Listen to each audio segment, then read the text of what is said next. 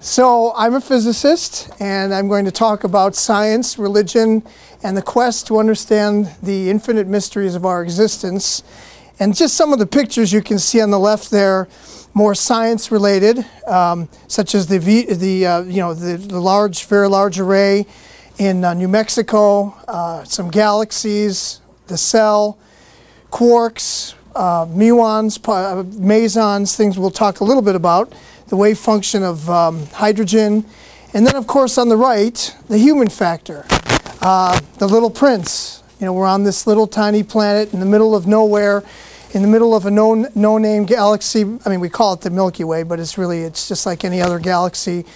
And of course, the one singular event of the birth of Jesus Christ, the Holy Trinity, the Ostrog Monastery, and the Hram Svetog Sava in Belgrade. So all of this, as a religious physicist, kind of drives me forward and actually inspires me. And so that's what I want to talk about a little bit today.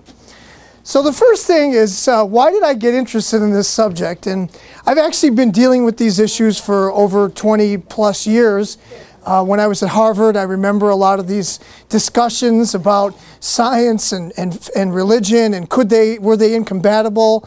And so, of course, some of you have probably heard of these, some prominent atheists. This is certainly not a complete list. Richard Dawkins. I remember as a little kid, my father had the book The Selfish Gene, and he wrote another one, The God Delusion. And I want to just start my talk off with a quote that he made, which really kind of got me going. I am against religion because it teaches us to be satisfied with not understanding the world. So I'm going to kind of try and end this talk with that quote, okay, on how I disagree with that quote, essentially. And it completely goes against the face of Orthodox Christianity. Stephen Hawking, whom I've met when he was visiting Caltech in Boston, made another quote: "Before we understand science, it is natural to believe that God created the universe, but now science offers a more convincing explanation." What he meant by we would know the mind of God is we would know everything that God would know. If there was a God, which there isn't, I'm an atheist. Okay, so I want to discuss that also, how I disagree with that comment. And then Steven Weinberg, whom I also met when I was at Harvard. He was actually kind of leaving Harvard for University of Texas at Austin. And I also taught his book in our honors class, The First 3 Minutes, which is a very interesting book, and I would recommend that you read it just from the physics point of view. And he was one of the, Stephen Hawking developed the concept of black holes along with Kip Thorne, who's a professor at Caltech. They're best friends. They have this rivalry going on about a case of wine going back and forth across the Atlantic, depending on who's proved right and who's proved wrong. Steven Weinberg was one of the 3 Nobel laureates who unified the electromagnetic and the weak nuclear interaction. And so he made this comment: to me, the conflict between science and religion is more important than these issues of science education or even environmentalism. I think the world needs to wake up from its long nightmare of religious belief, and anything that we scientists can do to weaken the hold of religion should be done, and may in fact be our greatest contribution to civilization. When I saw that quote, I was really depressed about it, and I couldn't believe that a scientist would actually write that. But he is a scientist, bona fide Nobel laureate, so I'm going to kind of discuss that a little bit. And he made another quote in a journal: "The whole history of the last thousands of years has been a history of religious persecutions, wars, pogroms, jihads, crusades. I find it all very regrettable, to say the very least." And then finally, the last thing he says: "The more the universe seems and he says this in his book, by the way, The First 3 Minutes, the more the universe seems comprehensible, the more it also seems pointless." Well, I completely disagree with that, and I'm going to sort of make the case throughout my talk about why. So, often I'll see, even at UNLV and other universities, I'll see this creation versus evolution debate, and I'm going to put that in quotes. And to me, it's a conflict where there should be absolutely no conflict. But, the problem is you have people on both sides just misunderstanding each other. And what do? They get extremists to posit their points of view. And so sure, now it looks like there's this huge debate. And so you can see some articles, 10 major court cases about evolution and creationism. And then Steven Weinberg saying the same thing, even though their arguments did not invoke religion. I think all we know what's behind these arguments, they're trying to protect religious beliefs from contradiction by science. And I want to emphasize that because I'm going to show there is no contradiction, or at least in my point of view. They used to do it by prohibiting teachers from teaching evolution at all. Then they wanted to teach intelligent design as an alternate theory. Now they want the supposed weaknesses in evolution to be pointed out, like it's the same program. It's all an attempt to let religious ideas determine what is taught in science courses. So that's Steven Weinberg again. So as you can see, he's got some issues with religion, and I just, again, I'm not a biologist, so I'm not going to specifically focus on the creationism versus evolution, but as a physicist, I've come up with a few of these ideas related to that when I discuss this with people.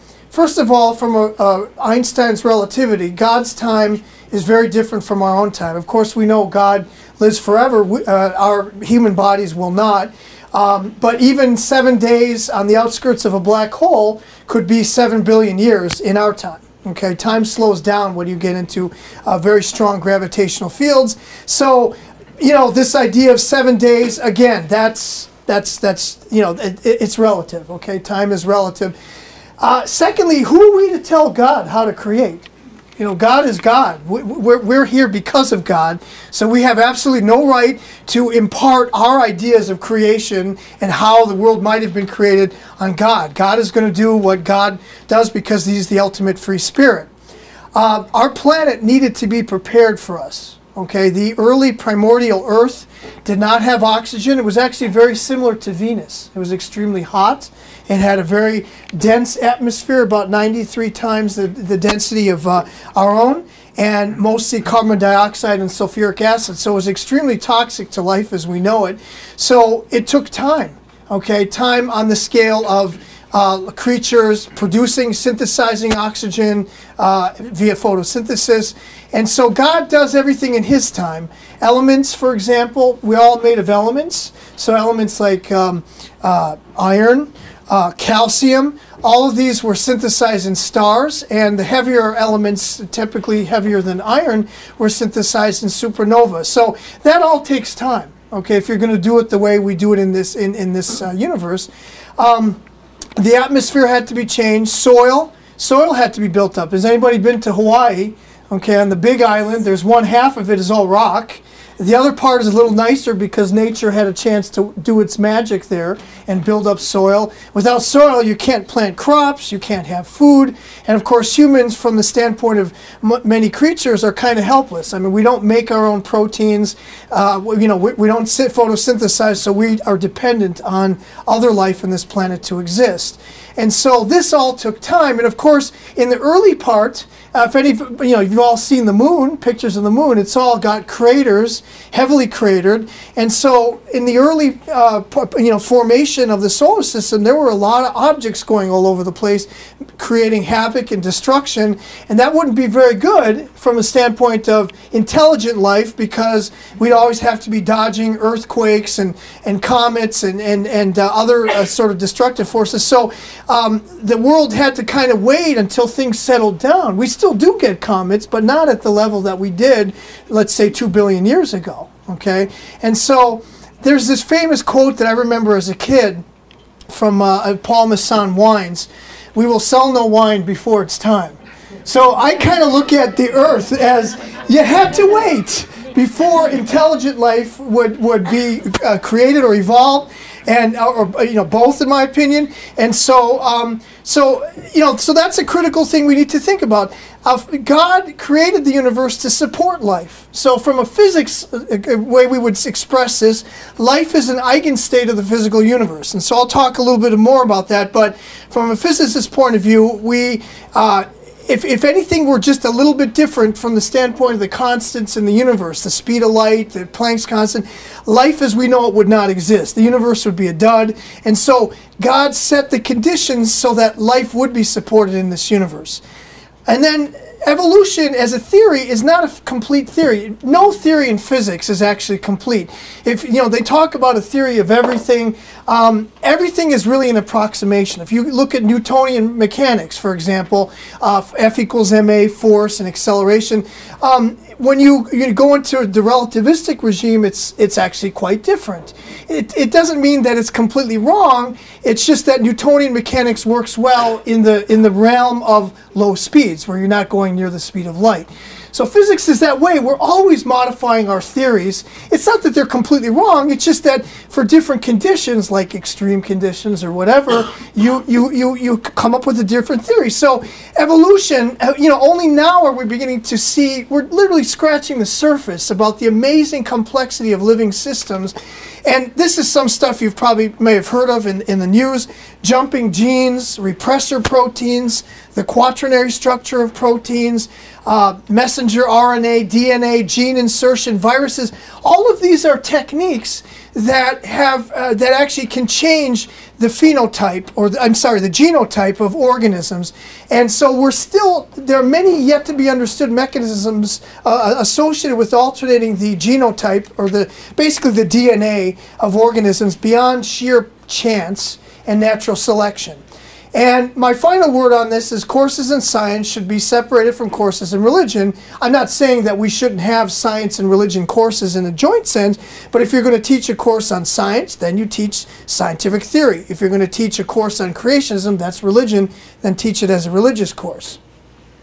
So let me just demystify science a little bit. First of all, I always tell my students, you're all doing science or physics. I'm a little biased because I'm a physicist, and physics is the root of science. You're always doing physics every moment of your existence, whether you're aware of it or not.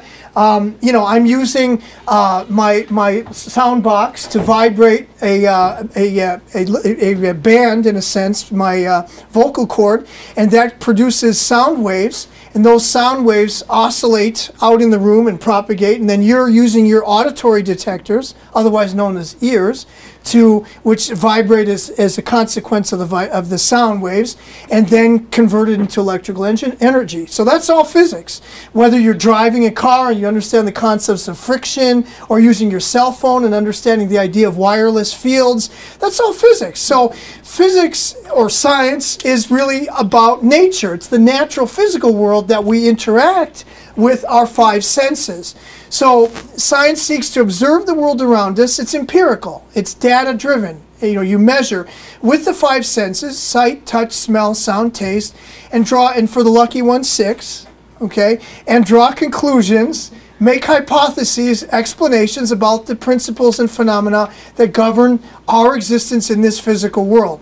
Physics is the foundation of science, and it seeks to explain the universe as a continual exchange/conversion of energy and matter, and potential energy, which is potential energy, since the dawn of time. So in other words, the way physicists view the universe currently, it's not necessarily it's written in stone, it's just we believe that there may have been some sort of a quasi-singularity of space and time, and that was all energy, and then the explosion occurred. And then, as a consequence, everything that's been going on 13.5 billion years thus has basically been a conversion of one form of energy into another. So, again, if you eat some food, your body takes the chemical potential stored energy, then converts it into ATP, so you can move your muscles, so you have an electrical energy in your brain. That's all how physicists view the world. It's all conversion of energy from one form to the other. And it is believed that the physical universe is governed by 4 fundamental interactions. Gravity, we all know gravity, right? That's what pulls us down onto the earth. Electromagnetism, that's actually the most important force. That's what holds all of us together. That's the forces responsible for molecules, atoms, etc. And then you have the weak nuclear, that's related to fission, as you might know in nuclear power plants. And then the strong nuclear force, which is what we call the gluons, is a mediating particle that hold together, through quarks, hold together protons and neutrons. For thousands of years of study, humans have come a long way toward understanding their environment. But from my perspective and many other physicists, we've merely scratched the surface of the complexity in the natural physical world. So on the left picture, you have what might have been an artist's rendition of the Big Bang, let there be light. In the second diagram, that's a Feynman diagram. So Richard Feynman, who was a professor of mine at Caltech, this is something related to electrodynamics. You see a photon, that little squiggly thing in the middle, and then you have a scattering event between electrons. Then you have the strong force holding together nuclei, and you can see electromagnetic. That's that classic picture of electrons going in circles. And then on the right, that's the strong nuclear force with quarks. We'll talk more about that shortly. Quarks are believed to, you all know about protons and neutrons? Those are the constituents of nuclei. Okay? Nuclei are the center of the atom, so they're balanced by electrons, and then all of us are because of those atoms. And you all know that the atoms are mostly empty space.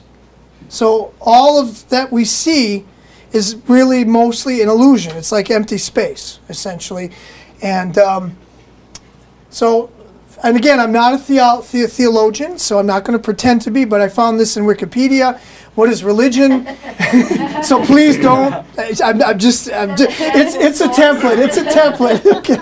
It's a template for discussion. That's all. It's not an end-all, be-all. But a religion is an organized collection of beliefs, cultural systems, and worldviews that relate humanity to an order of existence.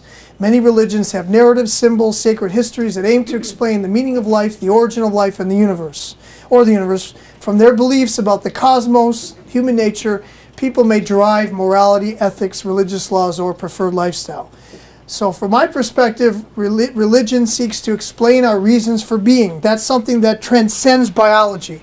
I can't, as far as we know, other creatures are not asking why are we here, but we ask this. All human civilization have developed complex religions to explain why we are here.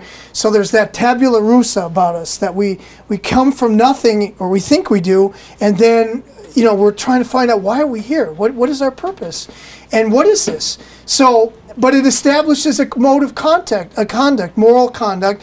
For example, the Ten Commandments, that does not necessarily derive from the natural world. Anybody know about John Stuart Mill's utilitarianism? Okay, so utilitarianism, which is supposed to be logical, philosophical, says that it's all about maximizing happiness. So if there's a room of people that are happy if they get rid of somebody, it doesn't matter to get rid of that person because everybody else is happier. So the net happiness of the room is greater if they get rid of that person. Well, that's not Christianity. Okay, so so in other words, one could argue from a biological perspective, logical perspective, that John Stuart Mill's utilitarianism works well. But from a Christian perspective, it's ridiculous. Every single life is worth something, okay? Because it's created by God.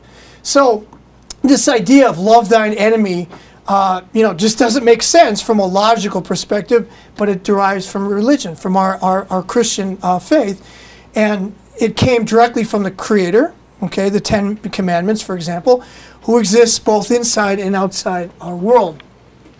Finally, what is mathematics? These are all things we're going to be talking about.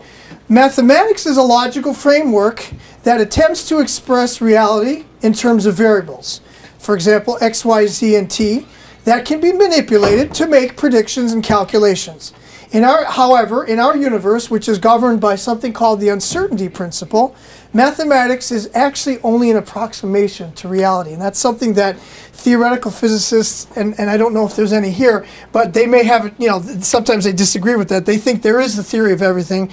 But from an experimentalist point of view, I can tell you anything, the uncertainty principle essentially says if you have a particle and you want to measure the position of that particle and the momentum simultaneously, you can't do it. Okay, there's no such thing as exactness.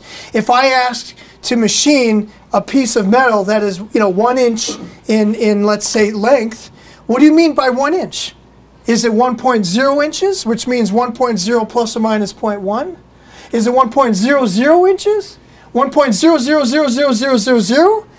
It's like a Zeno's paradox. You can never get to a point in this universe because there's something, what I call with my students, schmear. There's a schmear associated with everything in reality. So that's a deep question. Are there hidden variables?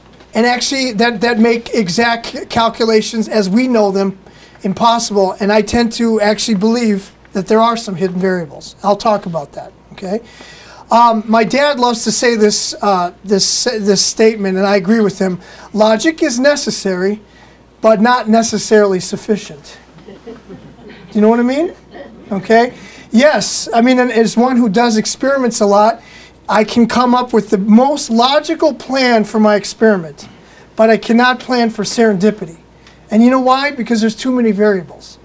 Okay? When you can predict something, that means the idea is you have all the variables known. But there are just too many variables. And that's where humans get into a fallacy, an arrogance of their abilities to predict because they don't know all the variables. So, I'm in good company. These are some religious physicists. Isaac Newton, he's one of my heroes. Nikola Tesla, definitely my hero. I gave a talk on him last year here. Charles Towns. You may not have known Charles Towns. Anybody know who Charles Towns was? No. He's the inventor of the laser. You know the laser that you see all over the place? It started with the maser, the microwave amplification via stimulated emission of radiation. Then it became the laser, light amplification. He won the Nobel Prize, and I didn't realize, I saw it in his obituary, he won the Templeton Prize. So the Templeton Prize is a prize that was set up for scientists and religion trying to encourage dialogue. And so he actually was very devout, and I had no idea until I read about this. There was another physicist, I'm sorry, his name is a little bit sketchy there, William Grosvenor Pollard. And he was actually a physicist on the lower left there, and he was a physicist and a Episcopalian minister. And he did a lot of work with nuclear physics, and he actually wrote this book, Physicist and Christian, which I've never read, but I found out about it just preparing for this talk. So guess what? I'm going to go find that book, and I'm going to read it. And Einstein is a little more controversial. He did believe in God, but as I understand it, later near the end of life, he sort of repudiated that view. But he did make this nice quote, which I thought was really nice. And his wife, of course, was Mileva Madic, who was Serbian. And he said, scientists were rated as great heretics by the church. Now, I have to ask which church, but okay, we won't go there.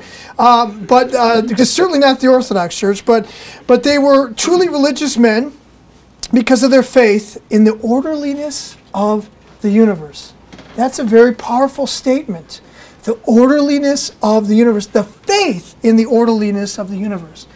So physics, in a sense, begins. And this is what people don't like to talk about when they talk about science. It actually begins with an act of faith that the physics that we learn on this planet Earth is exactly the same physics that's going on in Alpha Centauri, our nearest star, or the Crab Nebula, or other portions of the universe. Have we ever been to the Alpha Centauri? No, we've just been to the bottom. Now we're on the outskirts of the solar system. So that's an act of faith. Do you understand what I'm saying? We don't even know if the physics that we have developed, that we have discovered, observed in this world, actually connects to all the physics going on in the rest of the universe. That's faith. But you talk to any physicist, and they'll say, well, of course, it's got to be. Well, but it starts from faith. Faith means something that you believe in that you don't have proof for. So, in fact, science, in a sense, starts from this idea of faith that our planet is governed by these same principles as the neighboring star, neighboring galaxies, neighboring clusters of galaxies. We have never actually proven this. We have only 5 senses with which to observe the world. One of the things I just wanted to comment in the lower left corner, and again, you don't have to know math for this talk, but I think it looks cool. So if you don't mind, I'll have a few equations here and there. But that's the equation for the gravitational field. Okay? Now, did you know that Isaac Newton was called a heretic because they said, and he was deeply religious, but he comes up with this theory of gravitation. And they said, well, wait a minute, but we can't see the gravitational field, so you're a heretic because we don't understand what you're talking about. And yet here is one of the more religious physicists that probably ever existed. So that's the whole point. We don't see everything. We only have 5 senses, and for the lucky ones, maybe 6. On the right figure, that's the sun and the earth, and there are these complex reactions, nuclear reactions going on, and there's a little new particle on top of the not to scale. Those are called neutrinos. Neutrinos are neutral. They were predicted by Enrico Fermi, and I'll bet you, did any of you know that 10,000 neutrinos are passing through us every second? Each and every one of you, 10,000 neutrinos. You don't know it because they don't interact very strongly with us. They interact via that weak nuclear interaction. So we don't know that they're passing through us. So the point I'm trying to make is there are lots of things we can't see, like gravity, like neutrinos, but that doesn't mean that they're not there. Okay? So this is God can be both outside and inside his creation. So again, and I'm not, and please forgive me, I'm not a theologian. I'm not saying I know what God does or what he is, but learning his world gives me a little more inspiration about what might be. And so the beauty of God, in my opinion, is he can be inside and outside creation. What's creation? Well, for us, it's our universe. That doesn't mean there's not other universes. Okay, and even physicists and atheists talk about the possibility of other universes. Why should there only be one? Right? I mean, if there's one, why not 2? If there's 2, why not 20? Okay, so it's this idea that we get into this concept of infinity I'm going to talk about, that you get into this logical idea that, well, there could be so much more going on than we'll ever know. So I liken this to, you see that car, the Tesla. Okay, the Tesla car, after my hero. And I think of it, that God is like the creator of something like a Tesla car. I mean, much more beautiful, of course. But the point is that I may not know God, but if I study that car, or the creator of that car, then I can learn something a little bit about, get inspired about what that creator might be because of his creation. Okay, so as a physicist, I look at the universe in all of its glory and beauty from physical principles, and I say, wow, what an amazing thing to come together. And there is, in my mind, no question that it was planned. There was a calculated effort. There was God that did this, and God, like a painter, is painting his world, and we're trying to find him. We're trying to find that creator. And of course, I love Van Gogh. That's the Starry, Starry Night. And I think about that a lot when I think about God. So in physics, I'm going to just talk about a few ideas in physics that are extremely important to sort of advance my ideas. And there's a quote on the bottom from Nikola Tesla, and this kind of where I probably should have put that at the top. It says, if you want to find the secrets of the universe, think in terms of energy, frequency, and vibration. So this is Tesla in the 19th century when things were just starting to come about with quantum mechanics and Maxwell's electromagnetism, and that's what it says right there. To me, that is the essence. So everything can be actually in our universe can be likened to a wave, whether it's earthquakes, water waves. It's something that oscillates. It's got a wavelength. It's got an amplitude, and it's in some sort of what we call a restorative medium. One might even talk about waves of the climate, as the climate is going into these extreme oscillations of heat, cold, water, drought, and so there's a wave-like type of behavior. So, as I said, sound is a wave. Waves are energy. They're forms of energy. Light is, of course, an energy. It's what we call photons, little wave packets. And the whole electromagnetic spectrum on the lower left there is energy as well. That's where you're talking about microwaves, radio waves, gamma rays, X-rays, far infrared, visible light. All that is oscillating and electromagnetic vibrations. Okay? And so waves are extremely important in terms of physics, and there's also a concept called the wave-particle duality. Okay?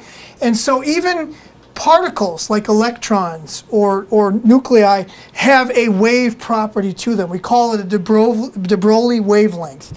And so in the lower center figure, you see a particle M moving to the right with a speed v, and then you see this weird oscillating bump. And so physicists have this dilemma. We call it the particle-wave duality or paradox. They also call it a paradox, that basically you can look at a particle as like a ball and moving with the speed v with the mass m, or you could look at it as this oscillating little wave front. So like a wave burst, tone burst, boop, and then it goes. Okay, it passes. And so that's a very important concept in physics.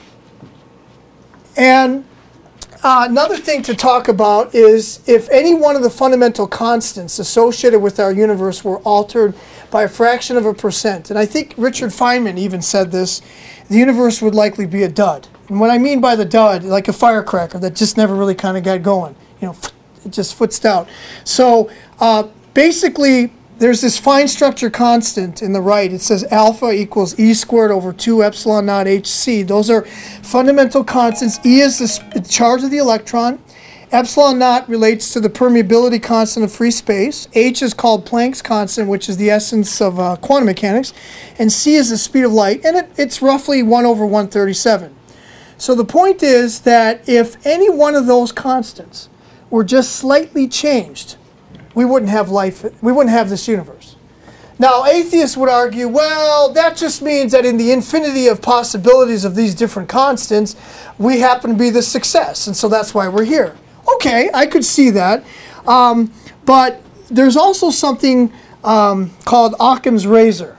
And what you find is when atheists talk about reasons for our existence, you know, just sheer probability, you actually have to make more assumptions than you do with an assumption that there is an intelligent entity that created driving the universe. After all, we have some sort of level of intelligence. Where did that come from? From nothing? So atheists want to pretend that they're like gods, that they're the masters of space and time, and make all these assumptions by chance, that we're just here by chance, and all these concepts that just happen to be right to make life as we know it just happen to be as it is. There's no other explanation. So I mean, again, it's not that they're necessarily wrong. I can't disprove them, but they can't disprove me as a believer in God. Okay, so that's my point. So there's another issue related to, now I've talked about the particles, I've talked about the wave-particle duality, and quantum wave functions. Okay, so it's a theory, and again, I'm not saying I know God. I can't even pretend God is inside and outside, but by thinking about these things, I've come up with some pretty inspirational ideas that might, who knows, maybe there's something I'm on the right track or not. So, anybody hear about the Schrodinger's cat paradox? Yes. Okay, cool. All right, well, now we're somewhere here, okay? So the Schrodinger's cat, the idea is you have this cat that's in a safe, and there's a vial of poison. And if the cat knocks over the poison, the cat dies. And you don't know if the cat is alive or dead until you open the safe and you, what we say, collapse the wave function. So the cat exists in this strange state, kind of half dead, half alive, and you just don't know until you break the wave function. So many things in human existence, like we love sound, we love music, and people say music is the language of the soul. Music is just a simple set of waves, okay? So it occurred to me there's this bizarre concept called entanglement. It's in the lower left corner, for photon entanglement. So it says two quantum particles created together are entangled, and that means they're just kind of mixed with each other. The polarization or spin will be, so let's say one is spinning maybe an electron or the photon this way and the other one's maybe this way, and now you separate them great distances. If you measure, let's say this is a Milky Way galaxy separated. So if you measure the spin of this photon, that automatically tells you what the spin of this photon is. So what is so bizarre about it is that it's action at a distance, in a sense. I mean, it's something that seems to violate a lot of principles. Most fields, the four fields that we talk, well, three of those fields decay usually is 1 over the distance squared. So this photon entanglement says that you could separate something infinitely far and they'd still kind of be connected in a quantum way. So then it occurred to me that that's how God may know everything. You know, this is one question I always wanted to know. Why does God know everything? Well, if he's apart and separated from the universe, and he's growing with the universe. This is the entanglement. His wave function is everywhere. And so I just say he can split his wave function. We can't, okay, but he can. And so that's why he could be at the same place at many, many different times in many, many different locations. And so I believe that the soul is related to a wave function, okay, to a quantum wave function, and that this is all part of like I said, this idea of quantum mechanics. And in the lower right corner, you can see that there are deep philosophical issues related to quantum mechanics. There's the Copenhagen School of Thought, which was founded by Niels Bohr, and that basically says that there are no hidden variables in quantum mechanics. And that's currently most physicists view quantum mechanics from the Copenhagen perspective. Then there's the Bohm perspective, which is that there are hidden variables, and that if we could know the hidden variables, we could accurately calculate a theory of everything. And then the many worlds school is basically that there are many universes, and perhaps, for example, black holes might be wormholes into other universes. So let me give you, and again, I'm not a theorist, so a theoretical physicist, so I'm going to kind of leave it at that, but I will say one thing. If you look at one of the essence of quantum mechanics, they use the imaginary number, the square root of -1, in calculating wave functions. And to me, and I just finished teaching a graduate math methods of physics class, which we did all of this in what we call complex space. If you're going into complex space, that means that, and you have to collapse it into the real world, that means there's something outside of that complex space that you have to grapple with to get your result back into the real world. So to me, there are some sort of, yes, there are hidden variables. We just don't see them as far as what drives this universe. So again, this relates to this particle-wave duality, which is a paradox. Basically, it says you can either do an experiment looking for a particle as a particle, as like a ball, or you can do an experiment as a wave. And we can't resolve, it depends on your experiment. They're equal interpretations of the same thing. So if they're equal interpretations of the same thing, well, gee, that tells me that we don't fully understand that thing. They're two dimensions, sort of dimensions of some similar reality.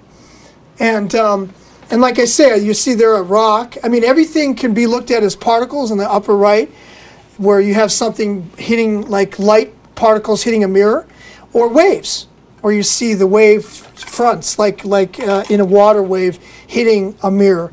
And they're equivalent interpretations. It's a paradox. They're completely the same thing. There's nothing wrong with one or the other, which to me just says there's something a little deeper involved. And then one of the things I want to talk about is four-dimensional space-time. So I'm going to mention 4 dimensions because we live in space. That's z, x, y. Okay, so we have three directions, and that's your cube. But then we also have time, and Einstein showed that time is in a way, a direction of space. And curved space-time, which you can see on the left, the way Einstein viewed it, is the gravitational field actually curves space-time, which is a little bit strange because on the one hand, he said there's no medium in space-time, and yet here we see it can be curved. His argument was that it was just the gravitational field causing the curvature. And then you can see on the right an example of how if you were going from point A to point B along that purple sheath, it would be a long distance, wouldn't it? But if you could cut through the wormhole from A to B, that's a much shorter distance. So physicists think about these ideas a lot because there's dreams of space travel, time travel, you name it. But now, so those are kind of some of the foundations of the physics that I've given you. I also have to discuss the idea of quarks. And so Murray Gell-Mann, who was a professor at Caltech as well, didn't like students, always taught the hardest possible course, and admitted that so that no undergraduate could ever take it. He came up with the idea of the quark, and he got the Nobel Prize for it. And it's believed that there are these 3 particles.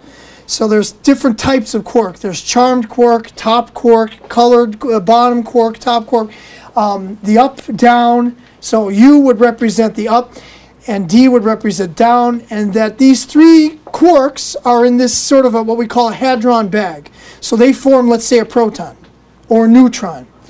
And so the bizarre thing about, and this is where this strong nuclear force comes in, they're mediated by these particles we call gluons. And the bizarre thing about the quarks is they're fractionally charged. So you can't really separate them. If you separate them, it's like a spring that gets harder and harder to stretch. And so, and of course, this is believed to be one of the fundamental particles of matter.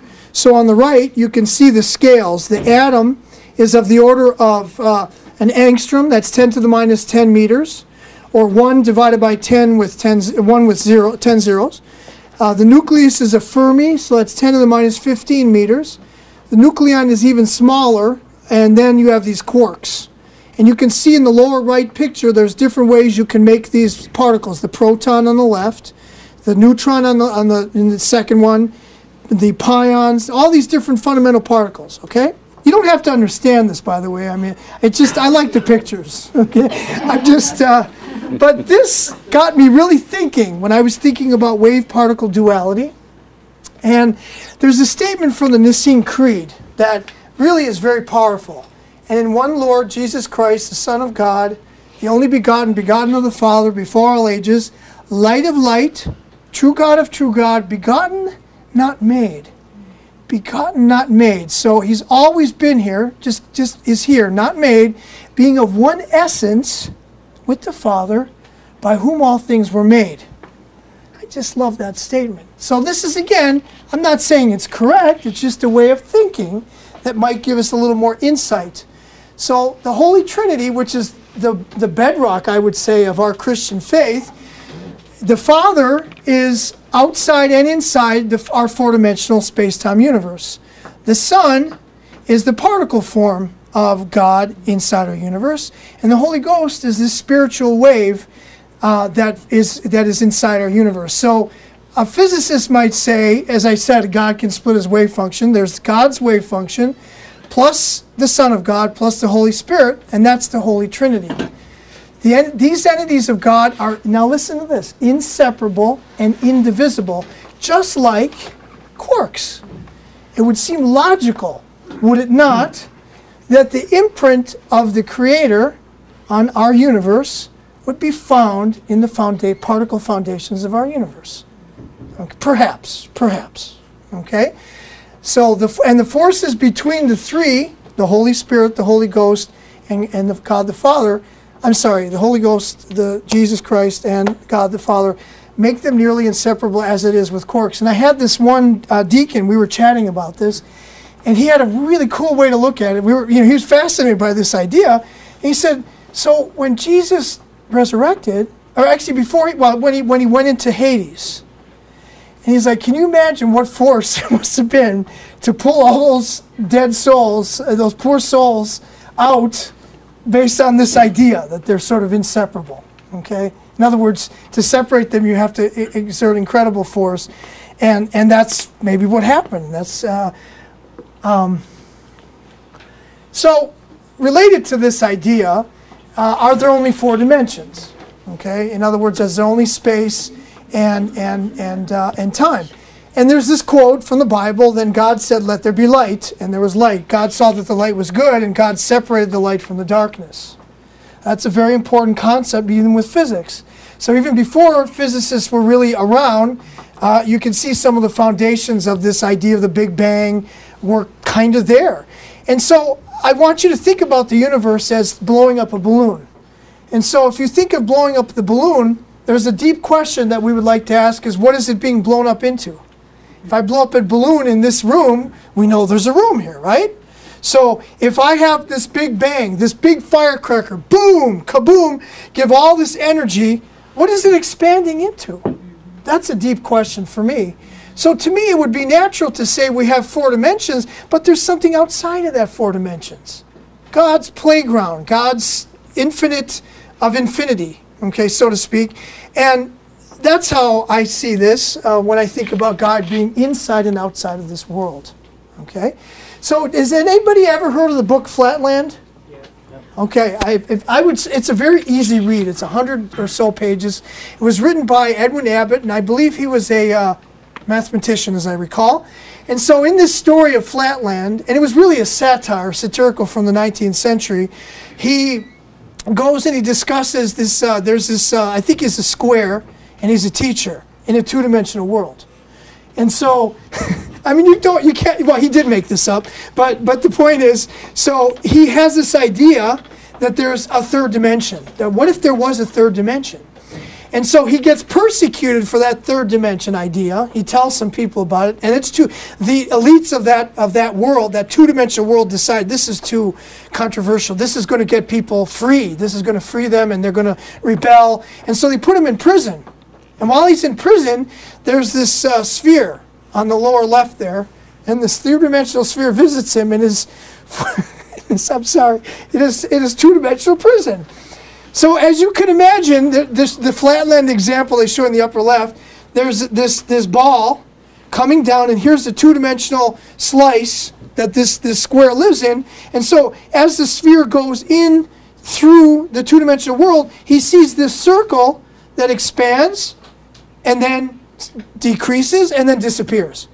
And he can't grasp his mind. Like if a four-dimensional creature, a spatial four-dimensional creature were to visit us, imagine what that would be, a tesseract, a cube inside of a cube. How would we visualize that? It'd be very challenging, okay? So that's an important thing because it occurred to me that, well, you know, the apostles had said that after Jesus was resurrected, he could walk through walls. And of course, you'll have atheists saying, oh, you believe in Santa Claus, you know, people walking through walls, all these miracles. You know, I mean, it's amazing. You know, I mean, yes, it's a matter of faith. Either you believe the miracles or not. But boy, I don't know that there was ever anybody that had so many miracles ascribed to him than Jesus. So could Jesus walk through walls? Absolutely. Maybe not as a human. But is something different? Yes. Is something energy? I mean, energy goes through walls, right? Can you do tricks? Could you build wormholes? Could you go into a higher dimension and come back down? Of course you can. Of course, if you have that ability. We don't have that ability except in our imagination. Okay, so that's an important idea. So Flatland, to me, is something, you know, is a perfect example. And somebody even wrote, there's a link down below, about the nature of Jesus Christ's resurrected body, and they actually specifically described Flatland, and this is a possibility of how Jesus could be able to walk through walls. So again, am I a crazy physicist, pseudo whatever, or is there some merit to what I'm saying? Well, many physicists believe in something called string theory. Okay, I think it's even more beautiful than that, but the idea that the universe is comprised of these tiny, tiny little strings, and the strings vibrate, because remember what Nikola Tesla said, it's all about vibration and energy and frequency. So here you have techniques that, I mean, there's predictions of 12 dimensions. Okay, so I'm not totally crazy that there might be other dimensions. The only issue is that the problem with string theory is we can't make measurements with it because the energies you need are 1,000 times greater than the energies available at the Large Hadron Collider in Switzerland. Okay, so someday will we, if we don't destroy ourselves, will we get there? Perhaps, yes. Okay, but not right now. So right now, string theory, even in the words of Murray Gell-Mann, is something that's beautiful, it's something that's mathematical, and it should be studied regardless if it has anything to do with reality. Okay, so yes, there are many aspects of reality that we're, you know, and it says, according to string theory, what appears to be empty space is actually tumultuous, I would say, smear of energy, of strings vibrating at the precise frequencies, and then this creates your dimensions of space and time. So this kind of gets me into this idea I had about what the soul might be. I do believe very strongly in the soul. And on the upper left, does anybody know about the different infinities, Aleph Naught, Aleph 1, Aleph 2? Okay, it's complex math, but it turns out that there's, you know what infinity is, right? It's just a number that goes on without end, 1, 2, 3, 4. Well, there's different types of infinities. There's infinities of integers. There's infinities of irrational numbers, of rational numbers. And so I like to say the mind is the playground of the infinities. Why? Because we have the ability to imagine planets, life, and universes far beyond our own. And this is a gift that transcends not only biology, but transcends our four-dimensional space-time. So in the left figure, this is some artist's rendition of different universes going off all at different times, connected by these little wormholes. So can we, in our soul, can we possibly traverse these different wormholes and go into different universes and see different living things? I believe that. And so, in fact, what I believe about the soul is that we have our four-dimensional component of our space-time body, and then there's this infinite or at least higher dimensional component, which I call the soul, which is pure energy, and it's some sort of a quantum wave function. And so it's able to transcend, and that's why when you dream, you don't really have full control in your dreams, and oftentimes you don't remember them because I think maybe that quantum component is drifting somewhere else. I really don't know.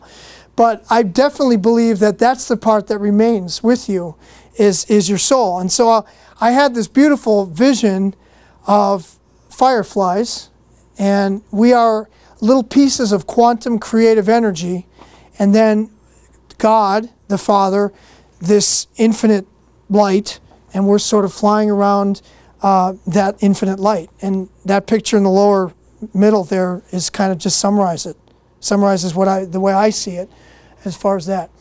So based on this idea that the soul has a component that transcends four-dimensional space-time, and that's the component that leaves your body, one could make the argument that worship the golden calf materialism, so prevalent in modern society, is an effort by some to get us to focus only on the physical four-dimensional world and forget the critical component of our soul that transcends this world, which is of infinite or at least higher dimensions. Again, why am I making the case of higher dimensions? Because we can imagine higher dimensions. How can you imagine? It just doesn't make sense to me that you could imagine a higher dimension, have the kind of mathematics that we have, and it be biologically based. I mean, there's something deeper than just simple particles, if you know what I mean. That's how I see that. So just some kind of parting thoughts. I tell my students this, don't be limited by your intelligence. Okay? That's something to think about. Think outside of the box. And what I mean by box is the four-dimensional universe box. And then I want to answer that question, that issue that I brought up in the beginning, that religion is against knowledge. It's not against knowledge. Not true Christianity. Why is God, what was the issue with Adam and Eve? The issue was that they weren't ready for the knowledge. God gave them an instruction, and he was trying to test, are they obedient? Are they going to listen to him? If you're God, and you're making this infinite world of beauty and symmetry and based on these amazing principles, you don't want people messing it up. You don't want these other entities. You want to make sure they're going to go along. And so the idea of knowledge is that with knowledge comes responsibility. And the problem with human beings is that we get this knowledge and then we use it against people. Okay, we use it to hurt God's creation, not to glorify God, not to further his creation. And that's the issue. Is not the knowledge itself, it's how do we use that knowledge. And so as a physicist, I'm excited. And in fact, I have a colleague, when I go to do experiments at the Advanced Photon Source, our country's brightest X-ray source. And when we get together, we often pray. And I can't tell you of a more beautiful feeling being surrounded by energy, by this accelerator, this massive accelerator, by my experiment, and feeling the love, feeling God, the Holy Spirit with us, because that's what inspires me to continue seeking and searching in that infinite quest for knowledge. And love is actually the most important force in God's world. Okay? So I have this memory when I was a little baby. I was probably just a year old, or I don't know, maybe 15 months old. My mom and dad took me to Florida. And I remember my mom dropping me in the ocean, and I was terrified. I remember crying. and being so scared. And there was like that kind of the scene. There was the sun was sitting on the ocean. And I think about what Isaac Newton said here, which I think is a very beautiful quote. I was like a boy playing on the seashore and diverting myself now and then, finding a smoother petal or prettier shell than the ordinary, whilst the great ocean of truth lay undiscovered before me. You can't say something like that and not be incredibly have faith and believe in God. Because to understand, to be like Isaac Newton, despite all of that not knowing anything, and continue to seek, that's what I think God wants us to do. And so I have this picture in my office, this tree. And I think of the universe, I think of God's universes, I think of the infinity of just like this growing tree, that we just keep going forward and advancing our understanding. Obviously, we'll never catch up to God. God's been doing this forever. We are not God. We think we might be little gods, but we're not the masters of space and time. We can't bend it the way we want to. But there's something, I believe, of God that is with us. I mean, they do say God-like, as Father said earlier today.